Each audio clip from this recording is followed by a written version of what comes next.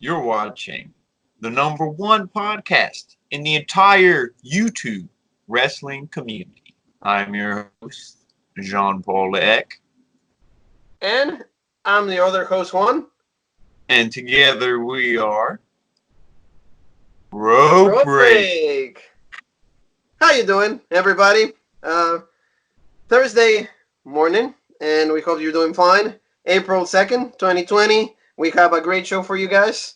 NXT was very decent, but the interaction between Jean Paul and I is the real show here. So thank you so much for watching every single one of our videos. We have tons of content. We have AEW Dynamite from yesterday, Lance Archer in-ring debut.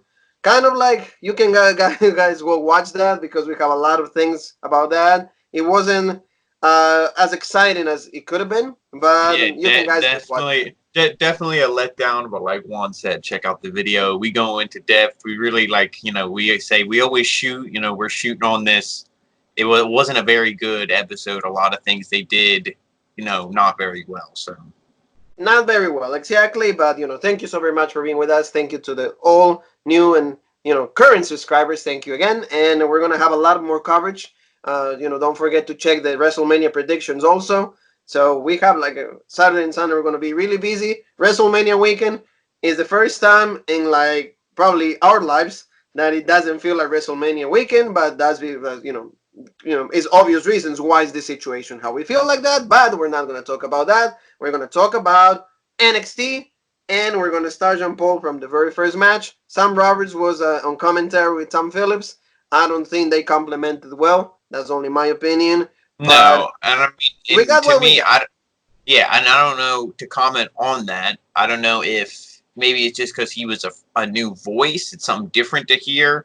To me, it wasn't as bad as when it's Tom Phillips and Byron Saxton at first. And then once this show kept going on, I was like, okay, I get it that, he's supposed to be the heel. But I'm like, Sam Roberts is just really like annoying on commentary. So like at first I was like, oh, okay, I can work with this. And then towards the end of the show at the 2 hours, I was like, okay, give me back. Like, can we just go back to normal, please? Give me Morrow, give me Nigel, give me Beth, Let's just go back. Because this is, the commentary team. Yeah, like, yeah. Yeah, I mean, and it's the same thing with AEW, when their star commentary team's not there. It's like we're giving, wrestlers or we're giving, other, bald-headed Cabbage Patch Kids, whatever, Chia Pets, whatever Sam Roberts is, like the commentary teams aren't very good. So that's one thing that's definitely suffering as well. You could say it's a lot of improv. They're improvising a lot, and it's not working at times. But again, we understand the whole situation, which is a little bit of criticism. It's not even like we're actually trashing anybody. We're just saying a piece of criticism. So we started out, Jean Paul, with the Velveteen Dream going against Bobby Fish. We knew what was going to happen, so we just pretty much watched the match knowing the outcome. Yeah. So, like. And that's the one thing that's a shame. Like we said, like Velveteen Dream, he's just gonna run through all these guys till eventually he gets to Adam Cole. But I mean, I don't know what you think. We always say like Bobby Fish is like the unsung hero. You know what I mean? He's like the Ringo Starr, you could say, of the Beatles. Even though I think Ringo is legit, I think all four of them are legit. But it's like Bobby Fish is always the one that's kind of forgotten. But, I mean, he is so legit. You could put this guy in a singles run on, like, the cruiserweights, and he could be your cruiserweight champion. Like, I mean, just look at this guy. To me, he's extremely legit. And it's a shame that he's always, like, in a singles role, especially one like this. He's always going to lose. And a lot of times in matches that the Undisputed Era lose, he's the one who takes the pin. It's just a shame because he's, like, just so talented. But yeah, the story wasn't calling for him to win, and he didn't win, so... Yeah, exactly. Like Bobby could have like a bigger future outside the Undisputed Era, and see at least we could potentially see good stuff for them because like outside of all the four of them, the one that is of course has like a secure future is going to be Adam Cole.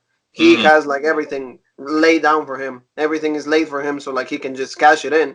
But Bobby Fish did a good job, and the match was pretty decent, I will say. So we're gonna go through like the last spot because actually there was more. I think what happened after the match was more meaningful than the match itself. So Bobby Fish logs into an ankle lock on the Velveteen Dream's legs, and the Velveteen Dream was selling that legit because But the Dream reaches to the ropes for a rope break.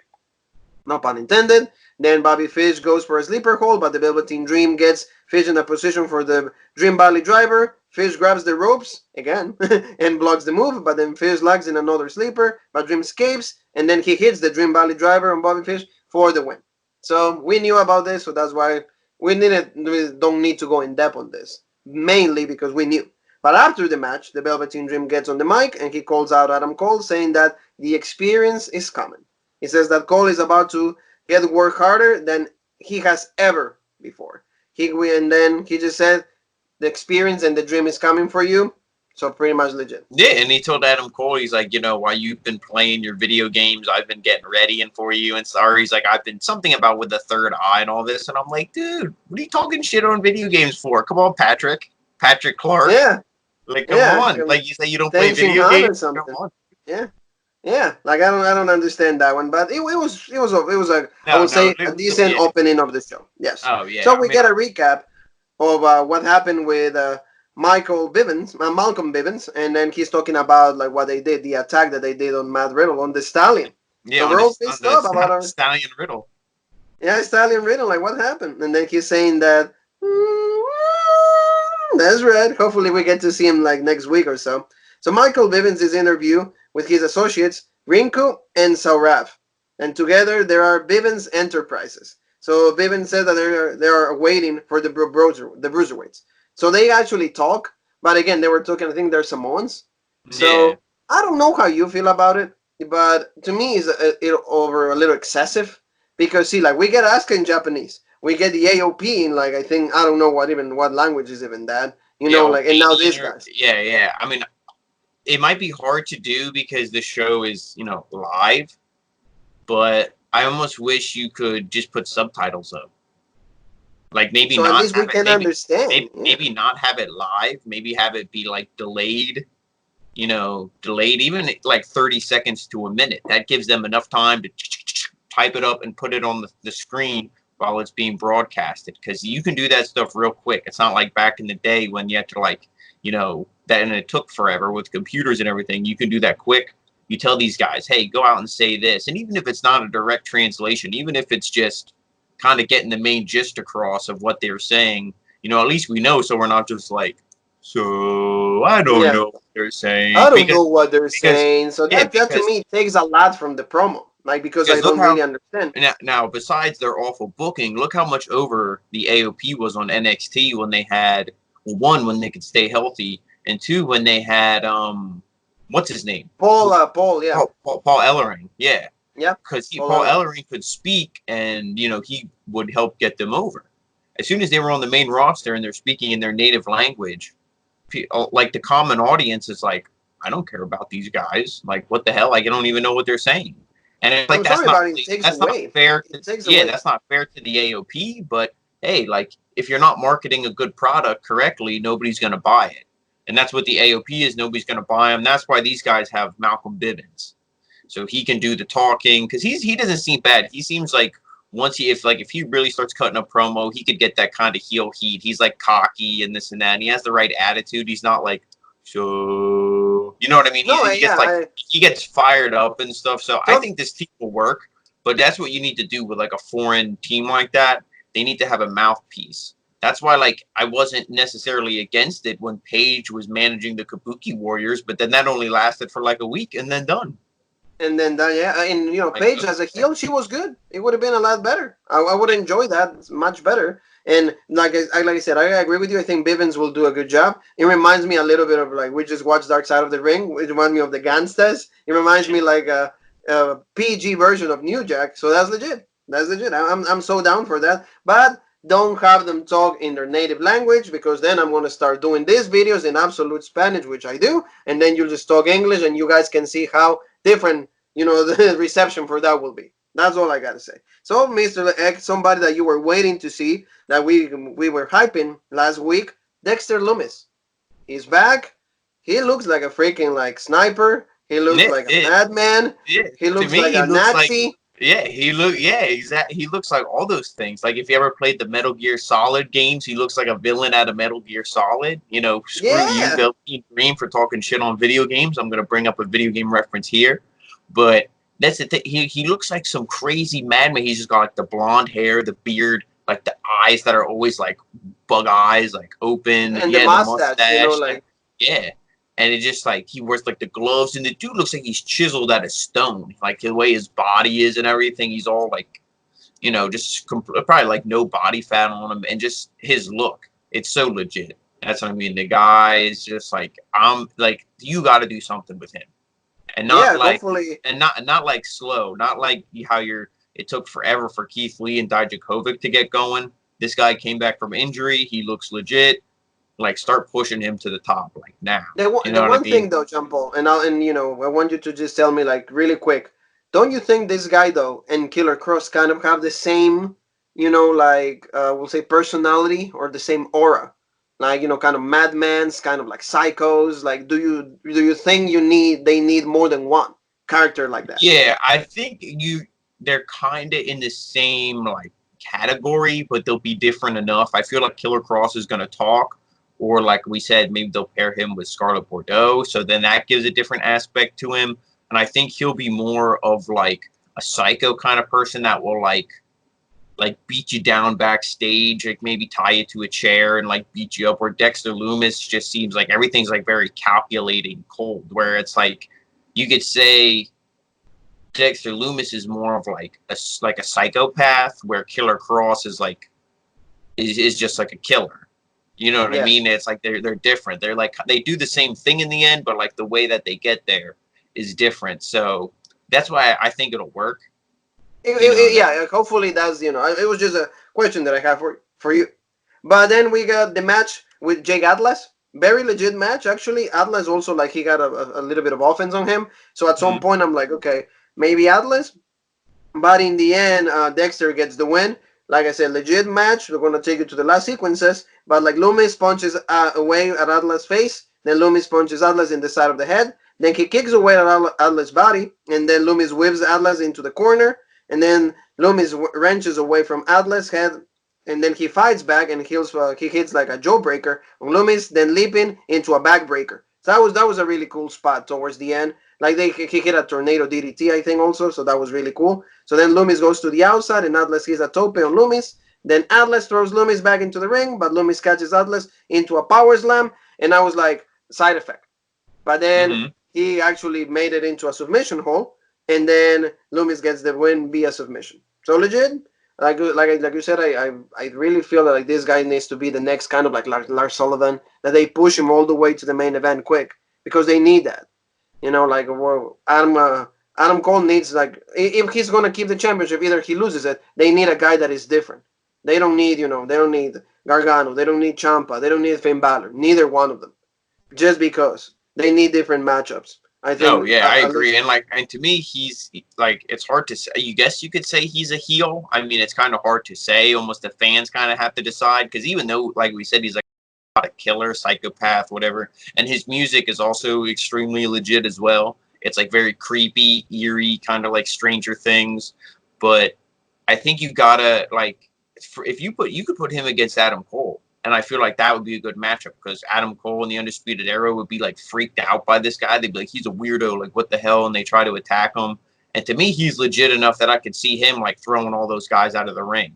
When somebody like yeah. Velveteen Dream does it, or Tommaso Ciampa, I'm like, you're the same size as these guys. How are you beating them 1 versus 4?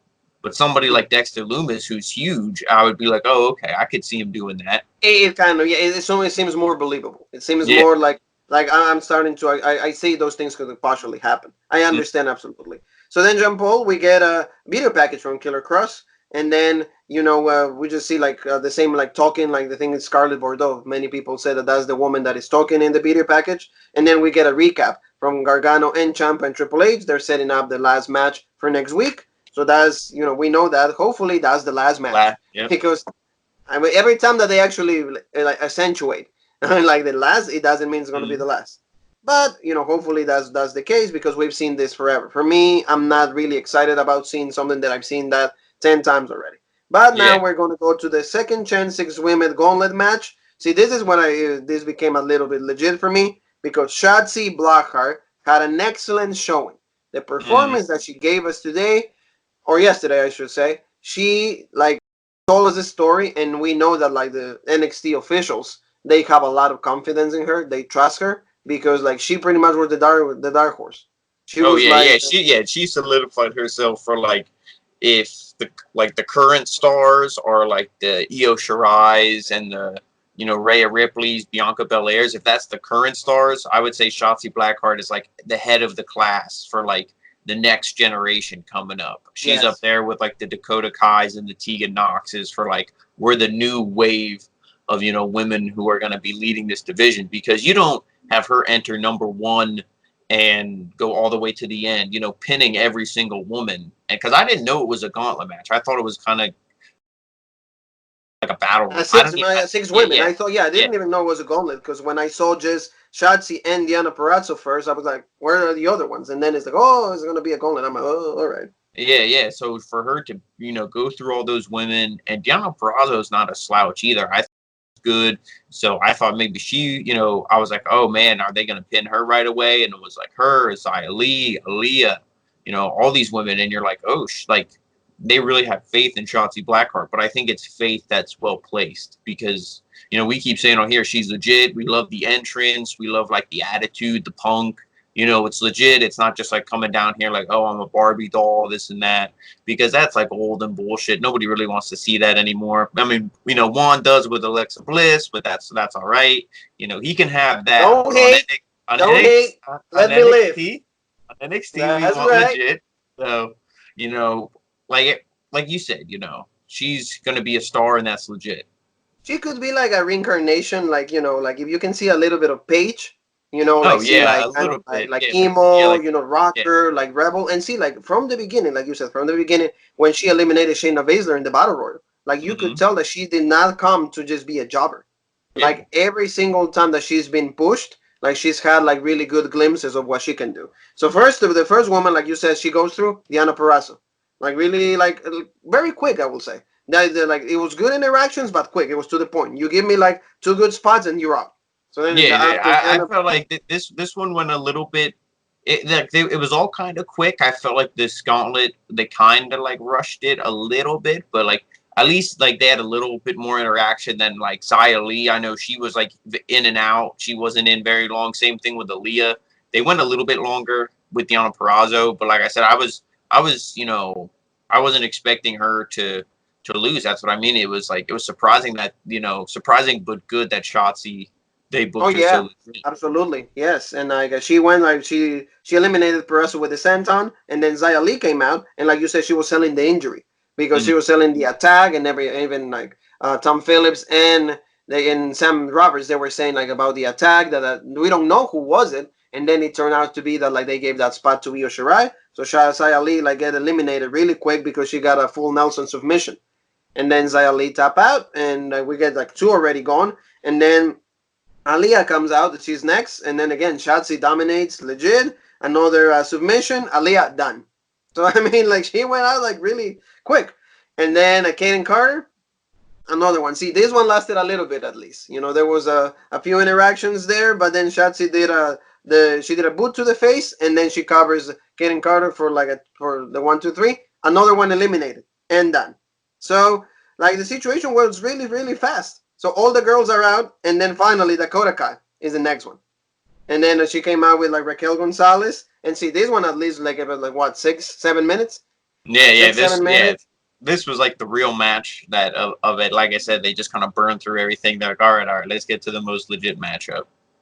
Yes, yeah, it was like that, and like you said, like there was more interactions, and at least I wouldn't even been upset if Shotzi would have done it. We would have won it, but that put Shotzi really, really high on the card. You know what I mean? Because she was able to last like 5 women Hmm. over Dakota Kai. Because I was actually thinking that they were going to do the idea you suggested last week that she will not be featured in the match, but then she will come out and screw everybody else.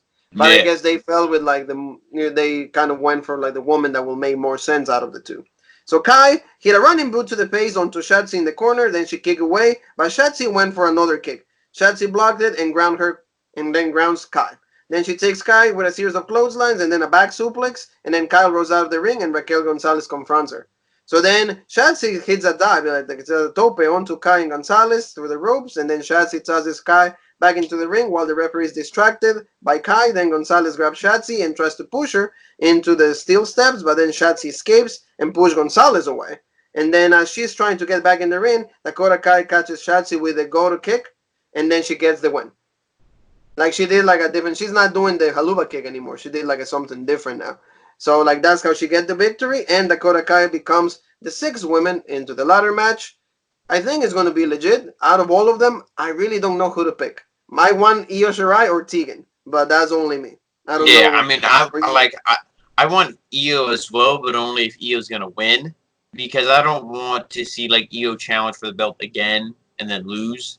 And I think that they're gonna still continue on this Tegan Nox Dakota Kai storyline. I feel like she's gonna win it, like are gonna be like trying to win it, and then maybe Dakota Kai pulls her off the ladder and they brawl, and then somebody else climbs it quick and wins it, or maybe even Dakota Kai wins it and rubs it in Tegan Nox's face, and maybe she pulls the upset. Maybe Rhea Ripley gets beat down by Raquel Gonzalez or something, and then Dakota Kai wins it, and then her and Tegan feud, and then she drops the belt to Tegan. You know what I mean? Like the whole landscape is kind of all over the place right now. It depends how long they want Rhea to be the champion. Yeah, it actually makes a lot of sense. Like I wouldn't be upset with Dakota Kai being the champion because she has like the insurance policy in Gonzalez. Yeah. It's like she's a big woman, like she's like, really muscular. It's like, hey, like she's gonna be my security. Mm-hmm. She's gonna help me like out to advance anywhere. Shawn Michaels and Diesel. Yeah. It will be like Shawn or like Shawn Michaels and Kevin Nash. That's how it is. And then see that kind of pushes also Raquel Gonzalez into at some point, hey, I want my shot. Mm-hmm. I've been covering your back like for all this time. Give me a chance. And because that's what happened. At some point, like Kevin Nash turned into him and then became Big Daddy Cool Diesel, and the rest is history. But now, Jean Paul, we get another video package from Charlotte and Rhea Ripley for WrestleMania. So we will be covering that during the weekend. And are we excited? Hopefully, Rhea retains, because if Charlotte wins it, I think it's detrimental for the NXT brand, just because nobody wants to see Charlotte getting all the gold. We don't want Roman 2.0 in the women's. So, Mr. Legg, we get a guy that you love, and rightfully so, because he's a legit superstar. We get a guy named Kushida, and he goes against Joaquin Wilde, and a really legit match. I'm happy that we get to see different faces. I know we're not getting like the regular ones, but see, at least Kushida got a good win. He needs wins like this. Yeah, and I like the storyline that's kind of been going on, after the match, what we saw with Joaquin Wilde and what happened with him. But like you said, Kushida, he needs wins. He's one of those guys who he got lost in the shuffle. Like, I agree with what Sam Roberts said. Like, yeah, Kushida's legit, but his time at NXT has been disappointing. And he's like, because the guy he hasn't won any gold. Yeah. And I mean, he's not wrong. I know he's just playing up his role as the heel commentator, but it's like he should have been primed for North American Championship when it was guys like Ricochet, Adam Cole, Gargano, Velveteen Dream, Roderick Strong. Now you're putting it on the big men, Keith Lee, Dijakovic, and Damian Priest. Kushida isn't believable against any of them. I mean, Daniel Bryan was believable against big guys, so it can be done. You can book it like that, but NXT is not going to. They're not going to have Kushida pin Keith Lee. You know what I mean? Yeah. So he's kind of lost in the shuffle because it's like, oh, you brought in Alex Shelley. That's legit. Once and done. I mean, again, maybe that's all it was. Maybe he was wrestling in Japan or somewhere else, and they're like, hey, do us a favor, legit, thank you, and done.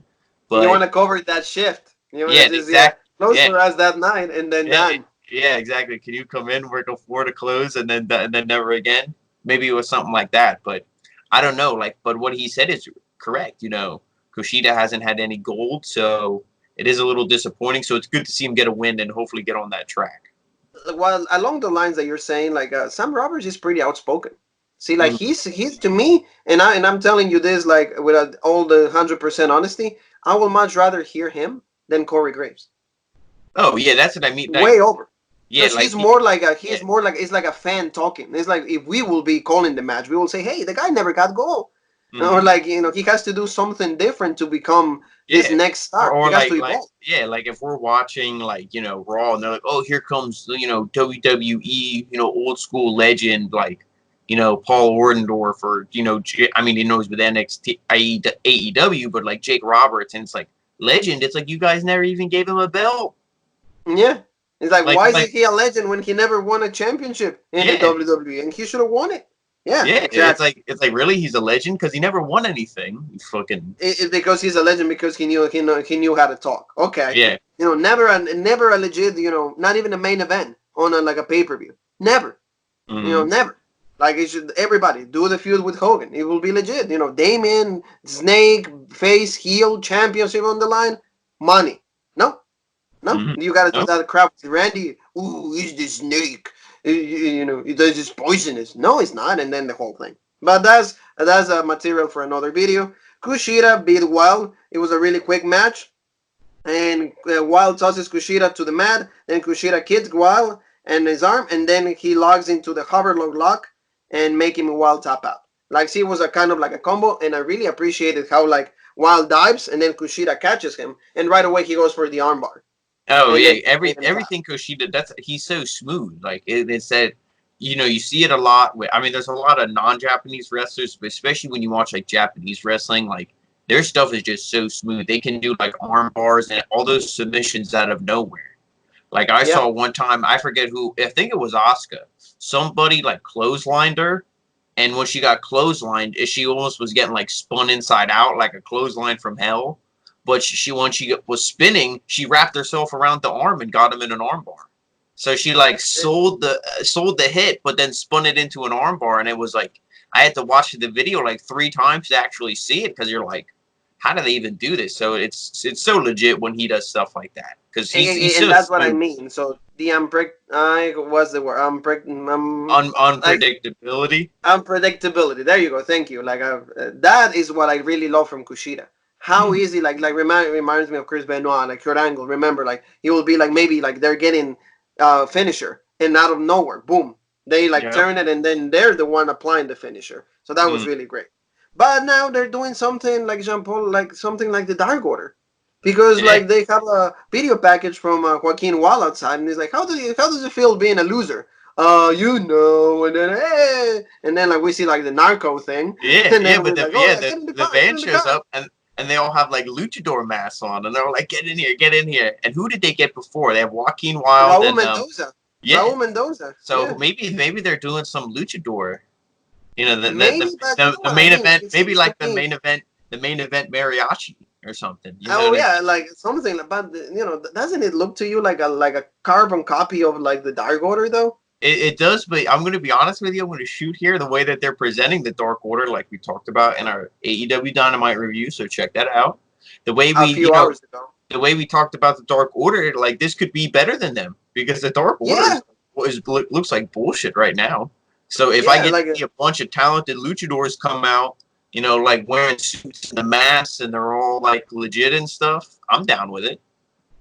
I mean, like again, if you presented them like that legit, yeah, sure. Because like you said, the Dark Order, like we get hype for 2 weeks, and then Brody Lee comes up and it's done. And then we go to corporate Brody Lee. Brody Lee. I don't like that. I'm not a fan. So Jean Paul, main event time. Baz in his glory, Keith Lee defending against Damian Priest, Dominik Dijakovic. Extremely legit match, even though despite there was no crowd or anything, these guys put on a really great show. In the end, Keith Lee retains the championship. Are you happy with that? You say you had a little bit of shooting, so go ahead. Yeah, I mean Keith, like I said, like I don't think he should have lost it. I don't like, especially because like there's no real story right now. I feel like everybody's kind of just like in limbo. They're like, so like we'll put on the matches that we would have had at Tampa, but then after that, it's like they really don't know what to do. So it's like you're not gonna do a title change, anything crazy. So Keith Lee winning here was the right move. But like I said to you, like he's almost like getting into Becky Lynch territory, and I hate to say that. Like you said, basking. We're not basking anymore. It's like okay, he does the Spanish fly off the top rope and this and that and all this other craziness. So it's like, okay, we know he's legit. And then he won the North American Championship, and it's like, oh, okay, that's legit. That's legit. He should have been going after the NXT Championship instead, but okay, whatever. This is still legit. And then it's like, Dijakovic 1,000 times. Where now that match at the last takeover was legit. I'd give it a 4.5, 5-star match, but I will Like, do that. yeah, but we've seen it how many times? And to me, I would have popped, I think, even more if Dijakovic would have won. Because then it's like, okay, Keith Lee, legit, he was a champion, but now he needs to move on to the main event. Like, Keith Lee, you needed to just keep going. You needed to just keep going up and up and up until you couldn't go up anymore. They went up and they hit the ceiling and they stopped when you could break through and keep going. And it's like, now I'm like, okay, I don't care. Like, okay, he beat Dijakovic 1,000 times. He beat Damian Priest how many times? Like, I don't care. Like, what are you gonna do? He has to lose. I Like we wanted said, Damien. yeah, it's almost like you wanted Damian, I wanted Dijakovic, but in the end, we both wanted somebody new, and it's not anything against Keith Lee in the sense that like he's a bad wrestler. It's just like he's gotten stale because it's like you need to keep moving up. Like you don't belong in the mid card anymore. Go up to the Yeah, main it's event like because you're getting boring here. You can't do anything else that you haven't done here anymore. So you need to move up. I will say I can agree to that. Yeah, like if I wanted Damian Priest because I love the phrase "I want to live forever," and I think it applies extremely great with our current globe situation. And I think like on a heel, I always say this: titles when they're on heels, they're a lot easier to like book. They're a lot easier to present Yeah. storylines to. And for example, even a Dijakovic turning heel would have been fine, and it seemed like he was gonna win because he Yeah. did the feast your eyes, and it was gonna be done. But then of course, and see, I don't know how you feel about it, but now the fact that like the catastrophe, the Big Bang catastrophe, is the finisher and not the spirit bomb, it's kind of like like I don't know how to feel about it because for me the special thing was the spirit bomb because this big guy comes out with like a devastating power bomb, and the jackhammer it reminds me of Goldberg. So that's just me being a little bit overcritical, but that's just me. So, John Paul, let's go to this. Both men are going in the apron. We're talking about Dijakovic and Damian Priest, and they grab each other's throats. But then Keith Lee goes to the top rope, and then both men are in the position for like a double suplex. But Dijakovic and Priest grab Lee by the throat and push him down onto the mat. Then Dijakovic hits Lee off the ropes, sending him to the outside. Dijakovic hits a corkscrew senton on the top rope, covering Lee for a 2 count. That was a legit spot. See, that's when you just should have let him win because it was a beautiful corkscrew from the top rope. Damian Priest brings his retractable nightstick into the ring, but Dijakovic dodges hit and he hits Feast Your Eyes on Priest, but then Priest is still able to connect his nightstick with Dijakovic's knee. Then Lee gets to his feet and then hits a pounce on Priest, sending him outside of the ring, and then he hits the Big Bang Catastrophe on Dijakovic, covering for the victory and retaining his championship. So, the one thing I will just mention this, like at some point Keith Lee tried to do like a Spanish flies on both guys. Okay, you can do it on one, don't try it on two. It's like you're overdoing it, you know? And I don't know, maybe with crowd it would have seemed a little better for me. Maybe Oh the no, crowd was I think yeah, I think the crowd, like we say, the crowd can make or break a show, and when you have no crowd there at all, it's like it's almost worse than having a bad crowd. Like no crowd is bad. Just for like watching it because it's like when you hear the cheers and all that, you get excited and everything else. You feel those emotions, so it does kind of kill the show. But like you said, when to go into the match itself, Dijakovic hits the Feast Your Eyes, and I'm like, oh, okay, this is legit. But like you said, Priest still was able to hit him in the knee, so you're like, when that happened, I was like, well, it's done. Keith Lee's gonna come in, and like it's done. he came in, you know what I mean? And it's like I said, I still love Keith Lee. I still bask in his glory and all that, but it's just a shame because it's like I'm getting bored with it. It's like I agree with you. If Damian Priest would have won or Dijakovic, I'd have been like, oh, okay, this is you're pulling a 180. You're switching it up here. You're making it exciting. Is Keith Yeah. Lee gonna be like, oh, this is bullshit, blah blah blah? Is he gonna, like that would be something maybe Dijakovic got pinned by Damian Priest, and then Dijakovic could be like, so Keith Lee, we're still friends, right? Like you and I, we're still legit. And then Keith Lee could have beat the shit out of him and been like, you lost me my belt, and beat him up and whatever, and like turned heel. You Yeah. could have. There's so many things you could have did. Instead, it's just like, okay, he wins again, and he's still just in the North American Championship. He's still the top guy. And it's like, are you going to have him feud against Kushida? Like I said earlier, no, that's not a believable matchup, even though Kushida's legit. Are you going to have him feud against Killian Dane? No, because you guys hate Killian Dane for some reason. Yeah, and like You know what I you're mean? right. Like, Like, see, who will be next? yeah. Who's next? Like maybe Amis. Maybe Amis could be the one. You Who? know, Dexter Oh, Amis, oh, or oh, like, Loomis. yeah, Loomis. Yeah, yeah, he could Yeah, be the guy. yeah. Maybe he could be the guy, maybe, or like who else could be like a guy? That's what I I don't mean. see Killer Cross doing that. I No, don't see Killer Cross doing that because he's like, I see like a main event dude. no. So pretty much, Killer Cross has to come out and beat the shit out of whoever wins that last match ever next week. yes. Yes, yes. So I don't really like see like after those two guys, who do you use? Maybe Cameron Grimes once again, but But we no, that already no. happened. That already happened. That So would be bullshit. I'd rather watch him go against one on one with Damian Priest because I don't know if we haven't seen that in a little while. Just him and Damian Priest one on one. So yeah, so that's what I I don't mean. know. Like maybe bring somebody from about you can even bring anybody from NXT UK because the whole Yeah. situation. So you're like your hands are kind of tied in a way. Like there's a little bit that you can do, and we'll see where they do it because like for example, I know that AEW they just recorded a bunch of TV from an unknown location that a lot of people are saying was Georgia. They just recorded all the way up to the end of April, so they have already taped. So there's no uncertainty. There's no doubt there will be at least Dynamite for at least all the way till like the end of this month. What WWE is going to do, we don't know yet because like I said, like there's a lot of restrictions in a lot of states, so they probably have to go find a state that they don't have in all of these Mm-hmm. restrictions so they can start taping again. So it's this whole situation has messed up with all of us, but in the end it was a decent show, I will say. And like Dexter Loomis, there you go, Loomis. I'm sorry about that, but I feel that like Kid Lee retaining is not what we all wanted. So hopefully they do something a little more interesting in the weeks to come. And as you can see in the Titantron, it said NXT Takeover. So we got our NXT Takeover, at Yeah. least one match. So anything else, Jean Paul? And it's a shame because like I said, if this was a takeover match with a takeover crowd, we would be like, oh, this match was so legit, this was awesome, blah blah blah, bask in his glory, we love him and Yeah, stuff. But it's like with yeah, the dead crowd and everything that's going on right now, like we said, maybe that was it too. But just watching this match, I was like, okay, this is legit, this is legit. But it was just like I said, it was one of those things where yeah, we've seen it. So it wasn't. They didn't do anything crazy. Like I'm not saying every match needs to be a ladder match, but you could have did a ladder match, or you could have had this match be where it was like elimination, and it was like, oh, Dijakovic's pin. Now it's Lee versus Priest. You got to add a little spice to it. If you just give me a triple threat with nothing really going on, then it's like, oh, okay.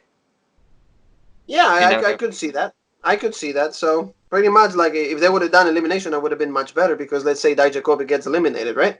And then like the whoever Priest does. Oh no, let's say Kid Lee eliminates Dijakovic. So Dijakovic does the Feast Your Eyes onto Kid Lee just to get back at him, and then Priest spins, and 1, 2, 3, we get a new champion.